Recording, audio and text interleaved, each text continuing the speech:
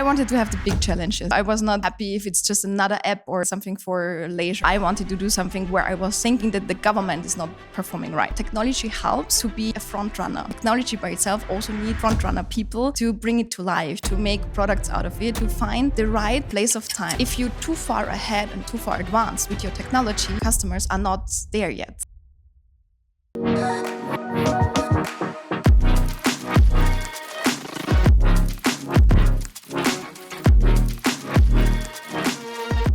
Hello, welcome to Let's Talk About Tech.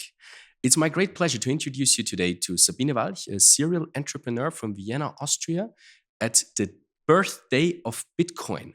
It is in fact actually today where we record this, the birthday of Bitcoin, and we will also speak about the Web3 after a little bit. So welcome, Sabine. Thanks. Great to have you. Tell us a little bit about your childhood and, the stories you have never told. What made you an entrepreneur? What was the key influence?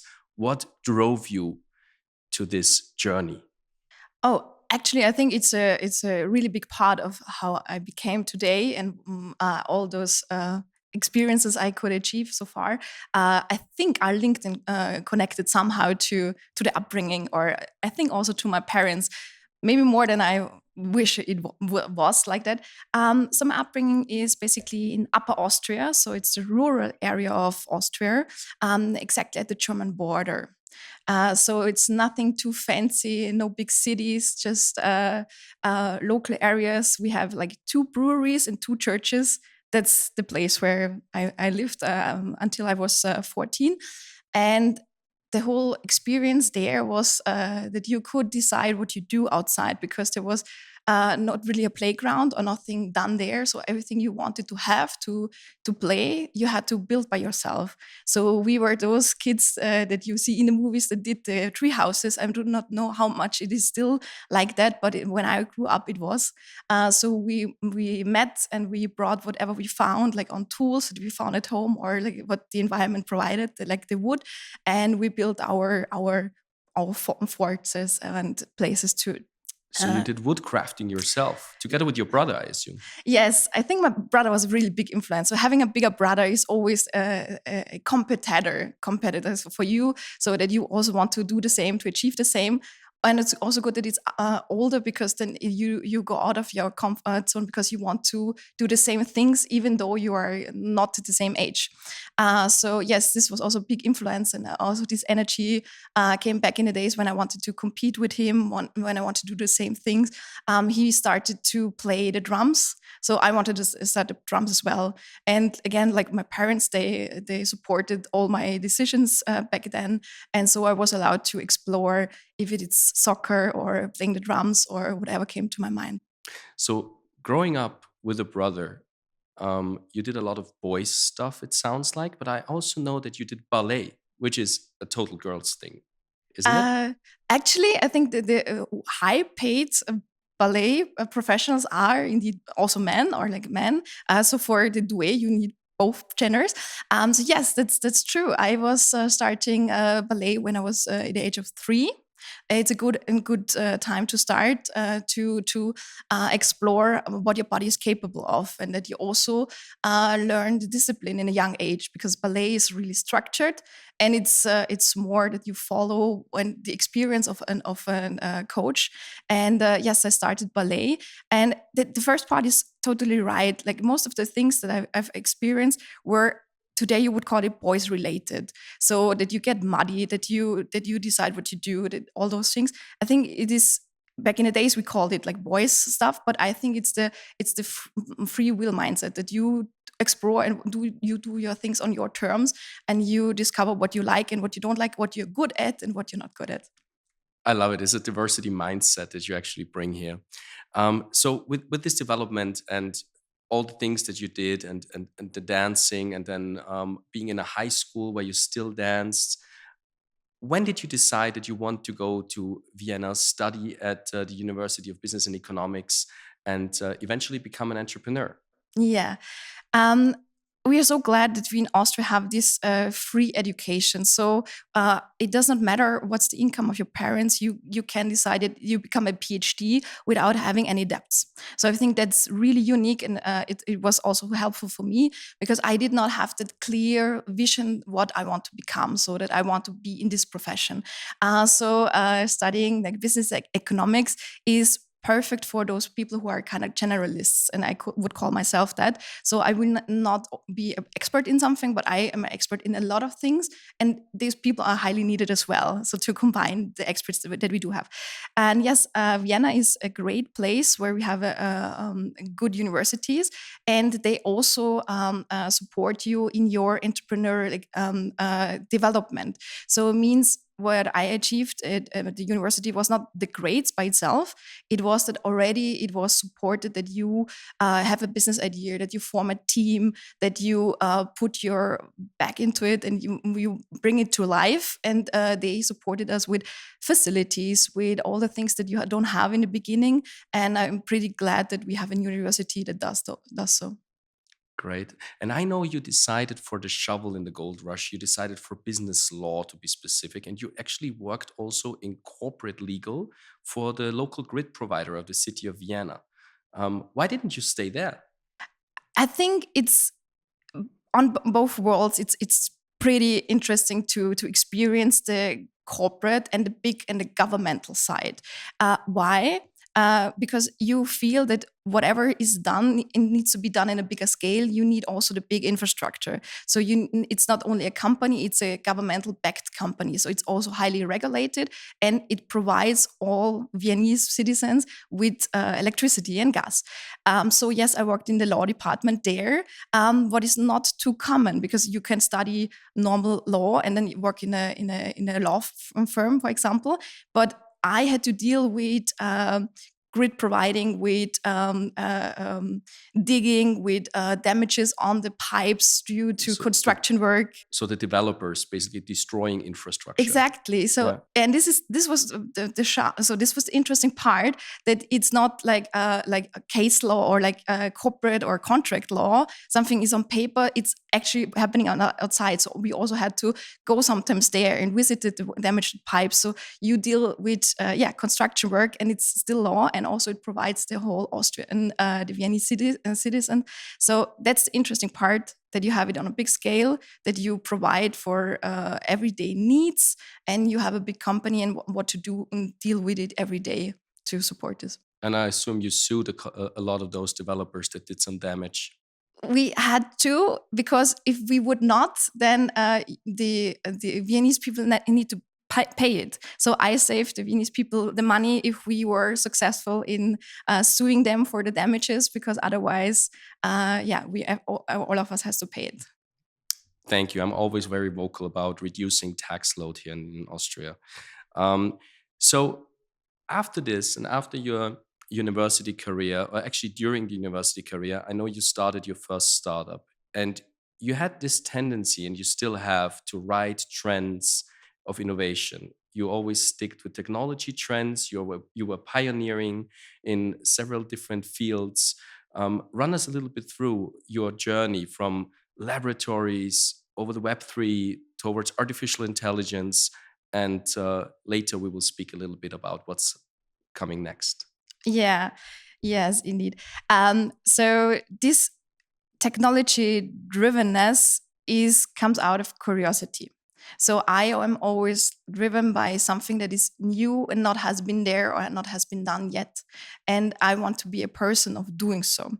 So technology helps to be a front runner.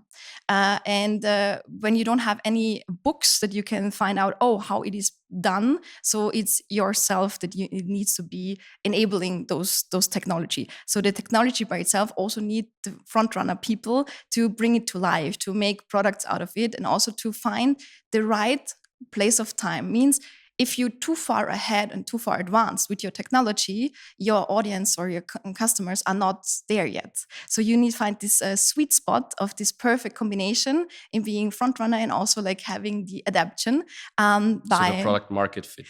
The product market fit is more on a commercial side, but beside that, it's still the customer that needs your technology or like are able to use them. Like if you think about ChatGPT or like when it started and the Web3, so for people who have the first like Bitcoins as it's the version today, had to make their own wallets. So when it was easier access for the broader audience to have Bitcoin, or like we have now the stock exchange or so on, and the uncustodial wallets. So now it's more accessible. So that's the user side. So the technology is more like you bring it to the user and you make the user ready for your technology. Right. There's always an interdependency of technology and adoption. I can follow that. There's always this criticism that there is a lack of female entrepreneurship. And some of those critics say that men are not as scared of new technologies. You don't seem scared at all of new technologies. Have you ever had fear that something that you touch is too complex? Um, it's super interesting. And when I reflect on, and it was really interesting that you brought up the childhood as well. When I reflect, everything that I have achieved is because of men. So, and I'm proud to say that. So I was always like curious by myself, and I was bringing myself into this position. So I want to find out about it. I want to start, if it is snowboarding, skateboarding, whatever. So you need to be the person who has the will to explore it. Otherwise, it's forcing. So I cannot force you to do ballet tomorrow. So it needs to be your free will. So, and then you get the support of other people as well. So, and when I was curious of doing so and exploring technology, or I also started in a Web3, I've never coded in my life, unfortunately. And I think it's a good idea because there are more gifted people. But those people who are gifted or like great developers in Web3, they also need the new mindset. So as we had before, the user mindset. So how it can be develop their gift, and the end product should fit then the user. And so this person is always a missing link or important link. And I'm happy to be that person, even though I'm okay to not be an expert in your field. I'm not an expert in the developing side. But when we work together, then it's a good fit. So you brought the business acumen to the tech nerds, but it doesn't sound like the men actually gave you everything that made you successful. I think you just challenged them and learned from them and had a quite symbiotic approach to that.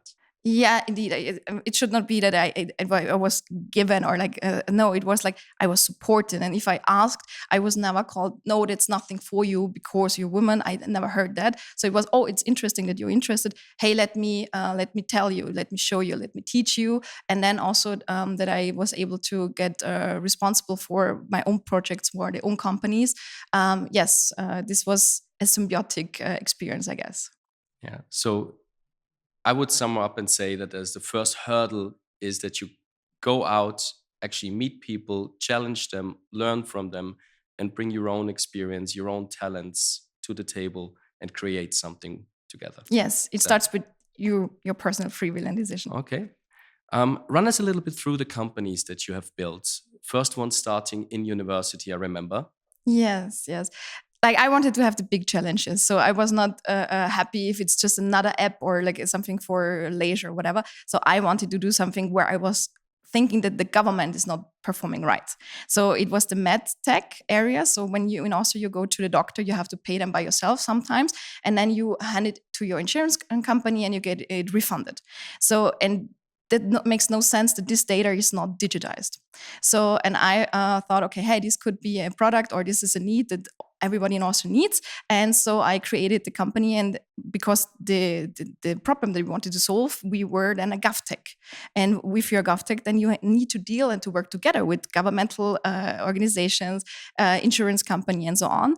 And so the problem that we wanted to tackle were that big that we needed to become bigger than we are at the moment. But this experience was great to find out if there is something inefficient, and you from your tech side or from industry that you come, or like you mentioned startups, then it's interesting that you bring the best words together. So you have the innovation from the startup field, bringing to the big problems, and this was the experience that I first started.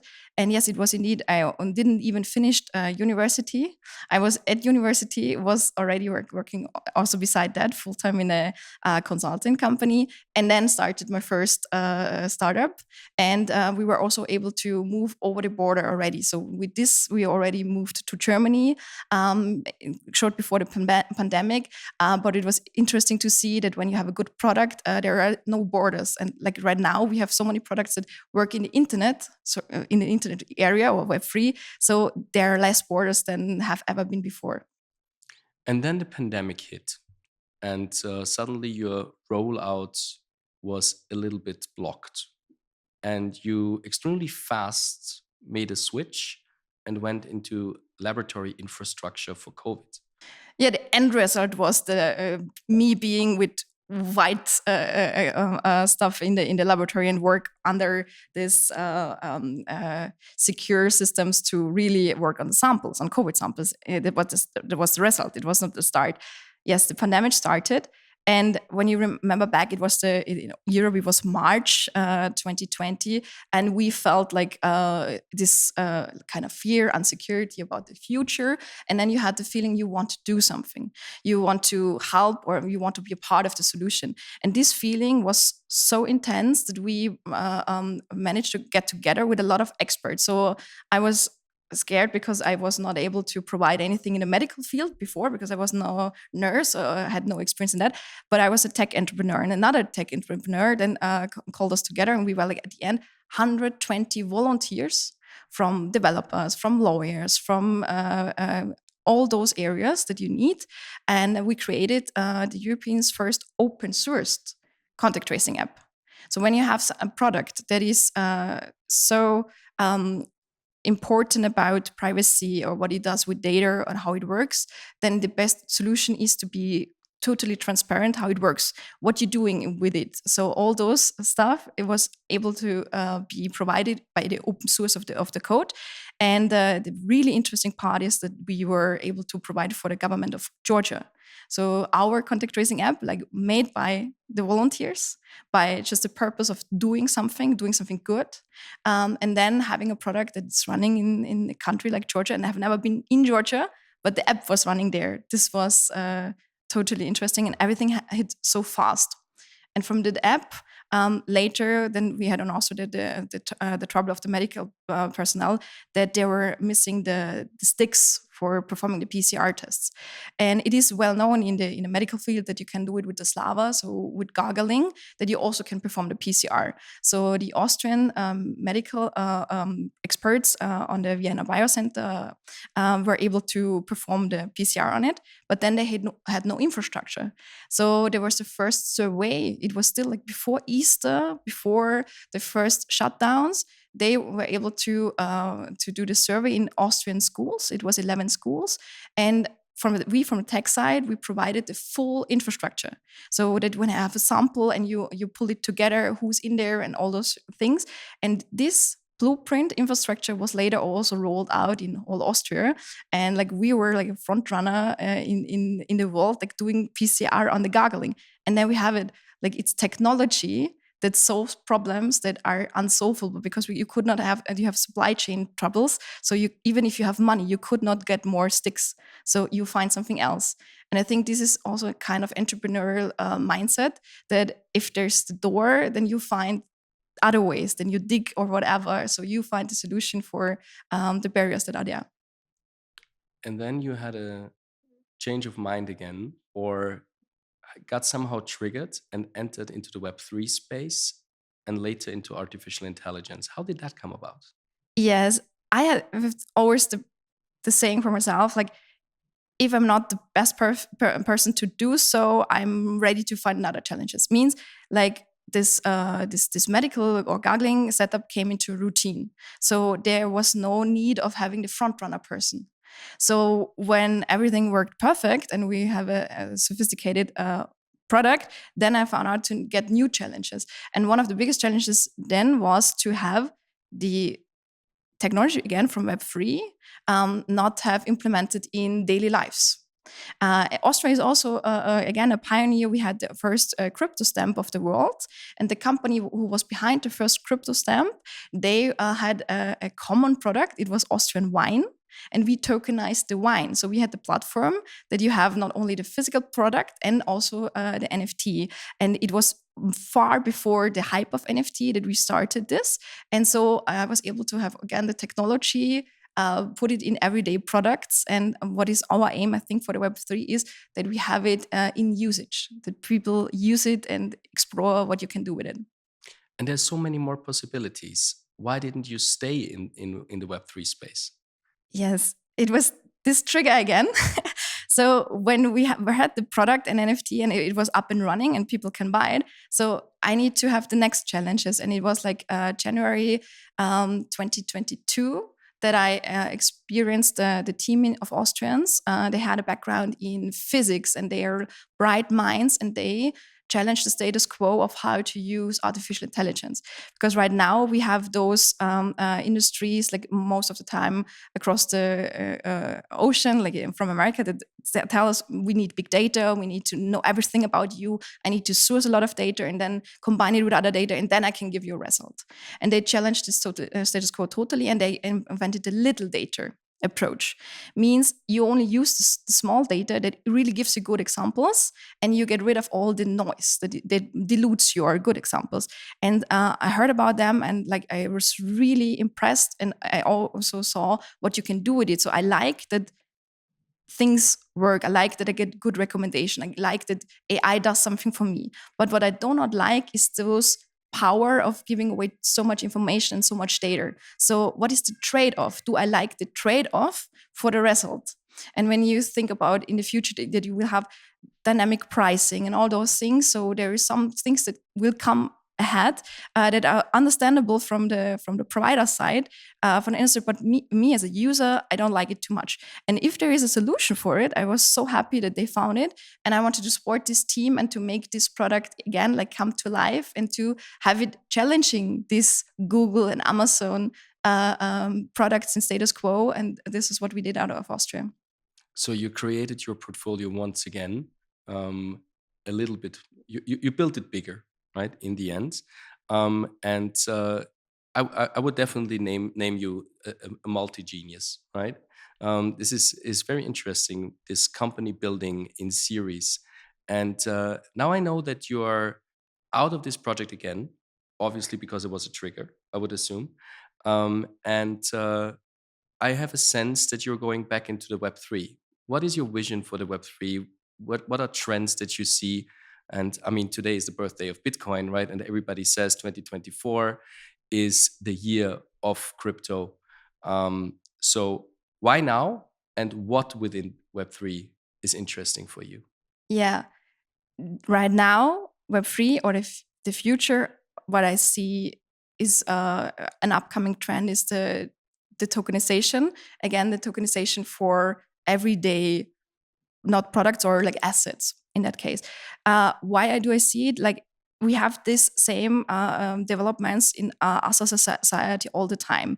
So when you had the first farmer who was harvesting rice, for example, and go to the market and sell it. So yes, but then right now you trade all those commodities are traded on stock exchanges. So this development from the harvesting on the field to have it like on a digitized platform, and then the value, the price is made by those stock exchanges, for example. So we have these developments. So I see those things in the future as well. Why do I see it? Because we have the technology for it.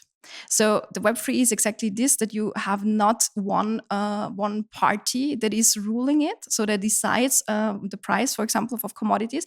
So the Web3 can provide exactly that we have it in a decentralized way, and also the participation means when you don't have money, it's hard for you to participate on this, the interest rate, for example, on assets. So you have to have money to get money is not too nice if you want to include more people. And this tokenization again gives you, because of the smaller fraction, the possibility to also participate in this interest gaining or in this wealth gaining based on assets. And this is democratizing assets, right? I mean, we have this in our portfolio, eLoop. the car sharing provider, fully electric car sharing provider here in Vienna, with a 100% Tesla fleet, actually has tokenized their fleet, right? And there's also more to come. There's a partnership with Peak, a Mhm. protocol that is specialized on real world assets. But it sounds like you are focused a little bit more on security tokens and yet another level of tokenization of real world commodities. Yeah. So it's again like the product that it will be is not in a focus. It is the technology that is enabling something. And you have a perfect example. I don't think that we should own cars. Most of the time they are just outside and blocking beautiful streets. But we want to have mobility. And if I want to have secure mobility, I want to come from A to B, and the technology, like behind, is the tokenization of a fleet, for example. So yes, then the technology enabled what we wanted to have, the mobility. And so I don't know if this one product that I mentioned, it was just a glimpse of what we can do, or like why it is the right time, because we had this development like before, again, like in digitalization itself. And I want to do it, I want to combine the technology with the purpose of giving something to people that they want to use and want to need, or they do need. Well, we'll stay curious in how you will drive the future. I understand that cars standing around are more stability rather than mobility. I actually like that. We will follow your path. I'm sure you guys will do as well. Don't forget to subscribe to our channel. It was great to have you, Sabine. Always great to chat with you. And I wonder if you are the next Elon Musk of Europe. Let's see where this goes.